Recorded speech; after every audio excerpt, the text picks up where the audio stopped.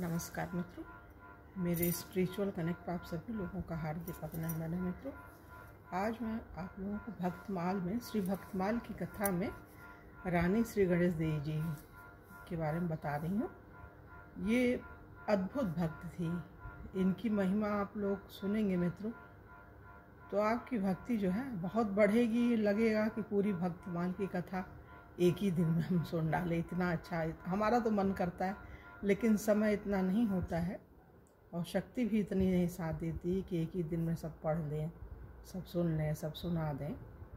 लेकिन यह है कि रुचि तो होती ही है, मन तो कहता ही है। जिसकी कथा में रुचि हो गई ना, वो कथा कहे सुने बिना रह ही नहीं सकता है। तो ये चीज़ है मित्रों। और उससे पूर्व एक अनुरोध आप लोगों से, मेरे स्पिरिचुअल कनेक्ट को आप लोगों ने यदि सब्सक्राइब ना किया हो तो सब्सक्राइब कर लीजिए और ज़्यादा से ज़्यादा लोगों को शेयर भी कीजिए मित्रों, जिससे सबको सुनने को मिले। बड़े बुजुर्गों को देंगे, और बड़े बुजुर्ग क्या, वो तो भगवान की भक्ति किसी को भी हो सकती है, छोटा भी हो कोई बच्चा, और बड़े को भी नहीं होती है। तो भगवान की कृपा जिस पे बरसेगी वही सुन सकते हैं कथा, वही सुना सकते हैं। तो चलिए मित्रों, हम लोग शुरू करते हैं श्री गणेश देवी जी के बारे में।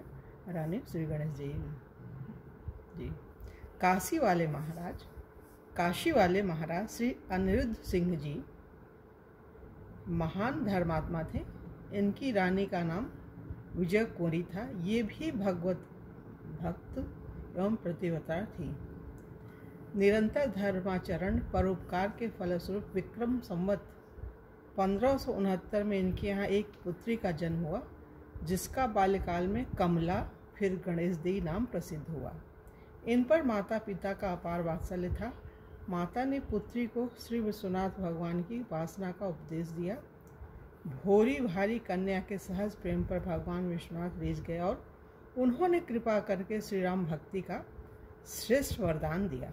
विक्रम संवत 1596 में ओरछा नरेश, ये सुनिए मित्रों, विक्रम संवत 1596 में ओरछा नरेश महाराजा मधुकर शाह के साथ आपका विवाह हुआ।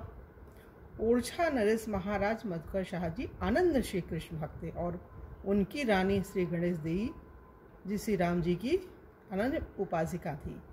एक बार श्रावण के महीने में झूलन के उत्सव पर श्री मधुकर शाह जी तो वृंदावन आए और रानी श्री गणेश देवी जी अयोध्या की यात्रा की। उत्सव समाप्त होने पर महाराज श्री मधुकर शाह जी तो ओरछा चले गए, परंतु श्री गणेश देवी जी अयोध्या से नहीं लौटी। महाराज मधुकर शाह जी ने 2-4 बार पत्र भी लिखा कि मैं श्री वृंदावन से आ गया, अब तुम भी अयोध्या से चली आओ, परंतु श्री गणेश देवी जी का श्री अवध में ऐसा मन रमा कि उनका ओरछा जाने का मन ही नहीं करता था। अंत में श्री मधुकर शाह जी ने खिसिया कर पत्र लिखा कि बार बार बुलाने पर भी नहीं आती हो, लगता है कि अब की बात श्री राम जी को लेकर ही लौटोगी। राजा की यह बात महारानी गणेश देवी को लग गई। इन्होंने प्रेमावेश में राजा को पत्र लिख दिया कि सचमुच अब तो मैं श्री प्रभु को लेकर ही ओरछा को आऊँगी, अन्यथा यही शरीर छोड़ दूंगी। इसके बाद महारानी श्री गणेश देवी जी ने मन में विचार किया कि राजा हमारे प्रेम का उपहास कर रहे हैं। अरे हमारे समान तो श्री राम राजा की न जाने कितनी दासियां हैं। यदि सबकी सब आग्रह करे तो श्री राम श्री अयोध्या का सुख छोड़कर दासियों के साथ कहाँ कहाँ जाएंगे, फिर धाम छोड़ने का हट कौन करेगा। कहा गया है, जो सेवक साहिबहि संकोची, निज हित चहे तासु मति पोची। उधर बिना प्रभु को लिए मैं ओरछा में पाँव नहीं रख सकती, क्योंकि तब तो राजा मेरा और मेरे प्रभु का और भी अधिक उपहास करेंगे। यह सब सोचकर रानी प्रेम के कारण अत्यंत विकल हो गई। इन्हें प्रभु का वियोग व्याप गया। जब विरह असह्य होने लगा तो रानी तन त्याग का संकल्प कर श्री सरयू जी में कूद गई, परंतु यह क्या, अगाध जल राशि में कूदते ही श्री रघुनाथ जी इनकी गोद में आ गए और रानी को श्री सरयू जी के प्रवाह से बाहर निकाल लाए और बोले, चिंता मत करो, मैं तुम्हारे साथ सहर्ष ओरछा चलने के लिए तैयार हूँ। श्री प्रभु का दर्शन कर एवं कृपा मैं वचनों को सुनकर रानी परमानंद सिंधु में मग्न हो गईं। रानी ने उस दिन श्री अयोध्या में बड़ा भारी उत्सव मनाया और तुरंत महाराज मधुकर शाह को पत्र लिखा कि मैं प्रभु को लेकर आ रही हूँ, आप प्रभु के स्वागत की तैयारी करें। पत्र पढ़ते ही राजा को महान हर्ष हुआ। उन्होंने तुरंत राजा राम के स्वरूपानुरूप विशाल मंदिर बनवाने का हुक्म दे दिया और स्वयं श्री राम जी के स्वागतार्थ बहुत बड़े लाव लश्कर को साथ लेकर श्री अयोध्या आए। शुभ मुहूर्त पुष्य नक्षत्र में प्रस्थान की तैयारी हुई। प्रस्थान काल में राजा ने साधु ब्राह्मणों का दान मान से बहुत बड़ा सत्कार किया और सबकी आज्ञा एवं आशीर्वाद लेकर महाराजोचित साज समाज के साथ बड़े समारोह पूर्वक ओरछा के लिए प्रस्थान किया। राजा रानी ने यात्रा का नियम यह बना रखा था कि केवल पुष्य नक्षत्र में चलते थे। इसके बाद विश्राम करते थे। महीने भर एक जगह पड़ा रहता। महाराजोपचार विधि से अनेकानेक उत्सव होते रहते। जब पुनः पुष्य नक्षत्र शुभ मुहूर्त आता तब प्रस्थान करते। इस प्रकार विविध उत्सव सुख समारोह पूर्वक पुष्य नक्षत्र में ही यात्रा करते हुए श्री राजा राम ओरछा आए। यहाँ आने पर राजा रानी ने बहुत बड़ा उत्सव मनाया। संयोग की बात, ओरछा आने तक मंदिर बनकर तैयार नहीं हो पाया था। शिखर बनना शेष था। अतः श्री राजा राम भगवान को रानी के महल में ही विराजमान कराया गया। दर्शनार्थियों का समुदाय उमड़ पड़ा प्रभु दर्शन के लिए। सबने भगवान श्री राजा राम का साक्षात दर्शन कर अपने को धन्य माना। भगवान श्री राजा राम का वह श्री विग्रह खड़े रूप में था। अतः महारानी श्री गणेश देवी जी भी खड़े खड़े ही प्रभु की सेवा करती थी। समस्त सेवा कार्य अपने ही हाथ से करने के कारण रानी को लगभग चार घंटे तक सेवा में खड़े रहना पड़ता था। रानी का सुकुमार शरीर इतना श्रम सहने लायक नहीं था। अतः करुणा वरुणालय श्री प्रभु ने एक दिन रानी से कहा कि आज मेरे पांव दुख रहे हैं। रानी ने विकल होकर पूछा, प्रभु क्या कारण है? तब भगवान ने कहा, इसलिए कि तुम बहुत देर तक खड़ी खड़ी मेरी सेवा करती हो तो तुम्हारे पांव दुखने लगते हैं, तो मेरे भी दुखने लगते हैं। अतः तुम बैठ कर मेरी सेवा किया करो, तुम्हारा कष्ट मुझसे सहा नहीं जाता है। रानी ने हाथ जोड़कर कहा कि प्रभु हमें तो 2-4 घंटे सेवा में खड़े रहना पड़ता है और आप तो परम सुकुमार होकर भी 24 घंटे खड़े ही रहते हैं। मैं आपसे भी अधिक सुकुमार थोड़े ही हूँ, 2-4 घंटे भी खड़ी नहीं रह सकती। आप खड़े रहें और मैं बैठकर सेवा पूजा करूँ, यह उचित नहीं है। श्री राम जी ने कहा, तो क्या मैं बैठ जाऊँ? रानी ने कहा, हाँ, यदि आप बैठ जाएं तो मैं भी बैठकर सेवा पूजा कर सकती हूँ। भगवान ने कहा कि अच्छा, मैं तुम्हारे कहने से बैठ तो जाता हूँ, परंतु अब यहाँ से उठूँगा नहीं, यहीं अचल होकर रहूँगा। रानी ने स्वीकार कर लिया। फिर तो रानी के देखते देखते श्री राजा राम जी विरासन से वहीं बैठ गए।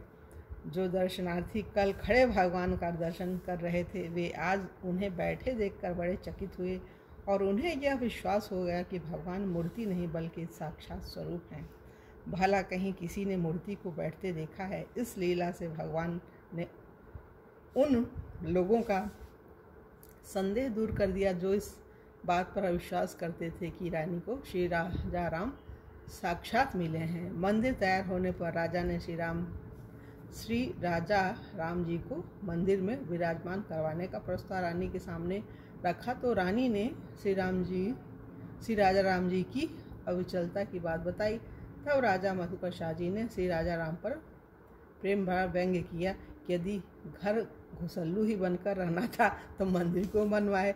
रानी ने यह बात श्री राजा राम जी को सुनाई तो उन्होंने कहा कि मैं तो आपके प्रेमवश आया हूँ, मुझे आपकी सेवा प्रिय है, अतः राजा कुछ भी कहें हम तो महल में ही रहेंगे। उनसे कह दो कि वे मंदिर में किसी और मूर्ति को पधरा लें। तब राजा ने उस नवनिर्मित मंदिर में चतुर्भुज भगवान की प्रतिष्ठा की। आज भी मंदिर में चतुर्भुज भगवान एवं महल में श्री राजा राम का दर्शन होता है। महली चौखट पर आज भी यह दोहा अंकित है, मधुकर शाह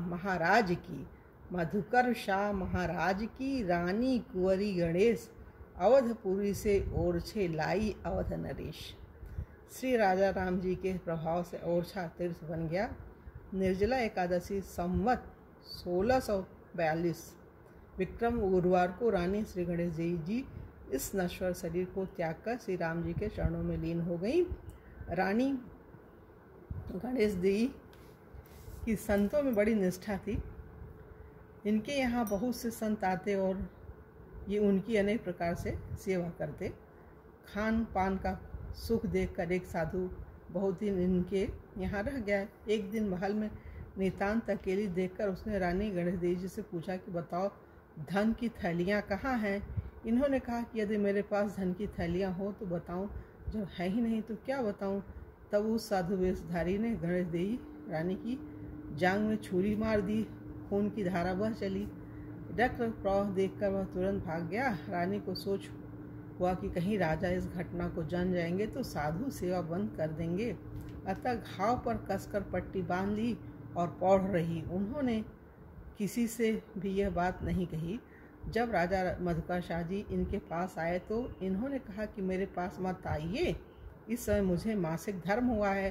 3 दिन बीतने पर भी रानी को सया पर ही पड़ी देखकर राजा समीप जाकर बोले, हे प्रवीणे, तुम मुझसे व्यथा का सब रहस्य खोलकर कहो।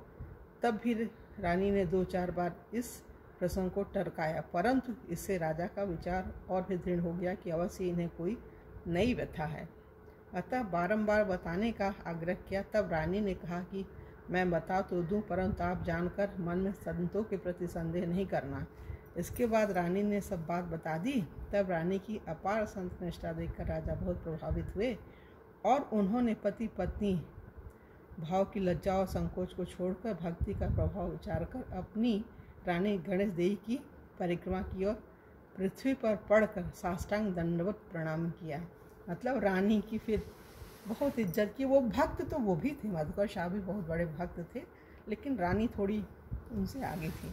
तभी तो उनकी परिक्रमा किए थे राजा और प्रणाम भी किया था, दंडवत प्रणाम किया था अपनी पत्नी को। तो मित्रों, यहाँ पर ये इनका हुआ गणेश देवी जी का, और इसके बाद इनके पति मधुकर शाह जी का आप लोग को बताएंगे। एक क्रम में है, दोनों ही पति पत्नी बड़े विलक्षण संत थे, भक्त थे। तो उसके बारे में मित्रों कल की वीडियो में बताएंगे। तो तब तक के लिए जय हिंद, जय भारत, ओम शांति, ओम शांति।